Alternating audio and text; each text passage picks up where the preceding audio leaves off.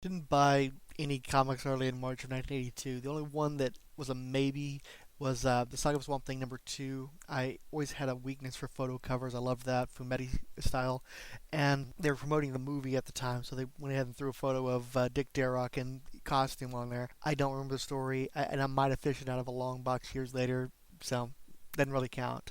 The one thing I was picking up, not off the newsstand, but published in this time period and recently enough that I'm willing to count it in these features, was the Warlord, a run from issues 58 through 61.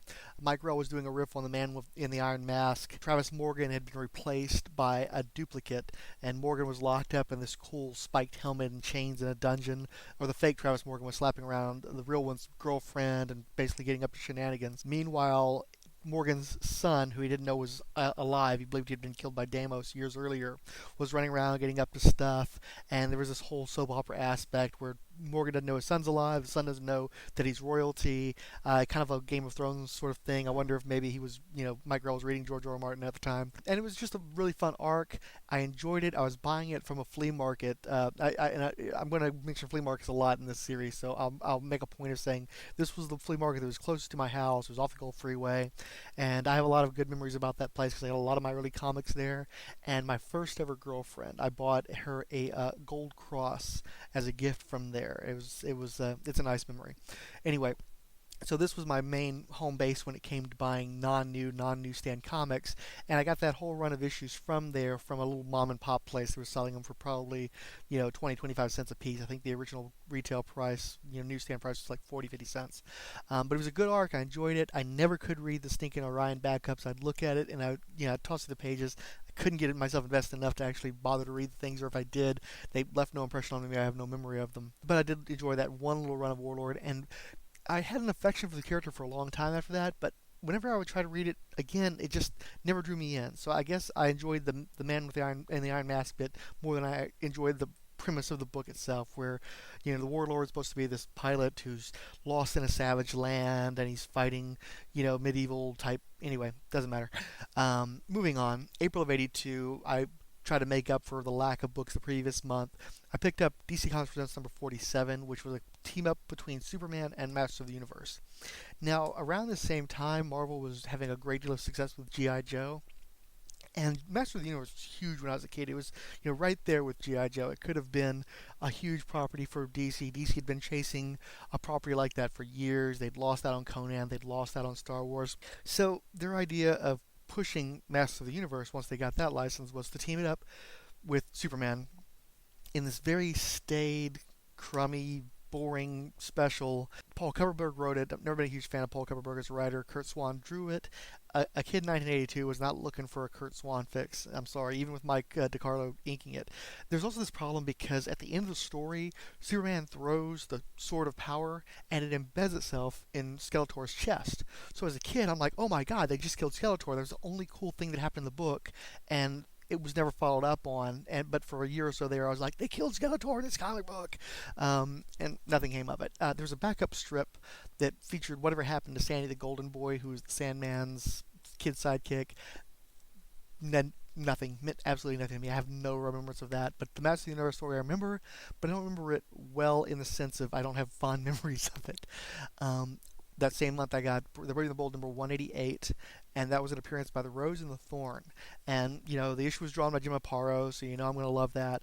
But it had this wonderfully evocative title, A Grave as Wide as the World. How cool is that? And the cover itself is Batman is in a grave, and a Nazi is picking up a tombstone and about to crush Batman's skull with it, and then the Thorn is rushing him, trying to stop him. And of course, this is 1982. You've got Raiders of the Lost Ark. Everybody's into the Nazis again. It was an origin story for Rose and Thorn property. Liked it. It was okay. Everything goes better with Jim Aparo, but Robert Kanigher's scripts never grabbed me the way some of the other writers did. Certainly wasn't crazy like Bob Haney's stuff.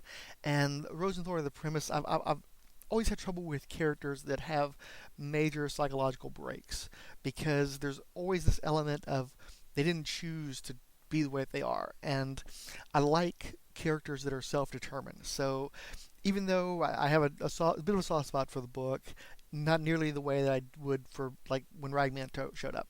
A friend of mine must have had access to a comic shop because he used to pick up Marvel Fanfare. And I remember looking through his copies of those Mike Golden drawn first issues that had Kazar and the Savage Land, and they were pretty cool. And certainly the production value was incredible. I'd never seen a book like that because it's printed on all cover stock, so every page is glossy and white, and comics just didn't look like that back then. But I didn't buy it myself. So he also had a copy of Avengers number 221, and I never got to read his copy, but I just loved that cover so much. This was the one where it was, I believe, an all red cover in the background, and then you had these little white boxes. There was a checklist of various superheroes that could potentially become Avengers, and I just, as a kid, you have this urge. You want to check off those check boxes. You want to figure out which of those options would be the best for you, and it just gets to the heart of being a fanboy.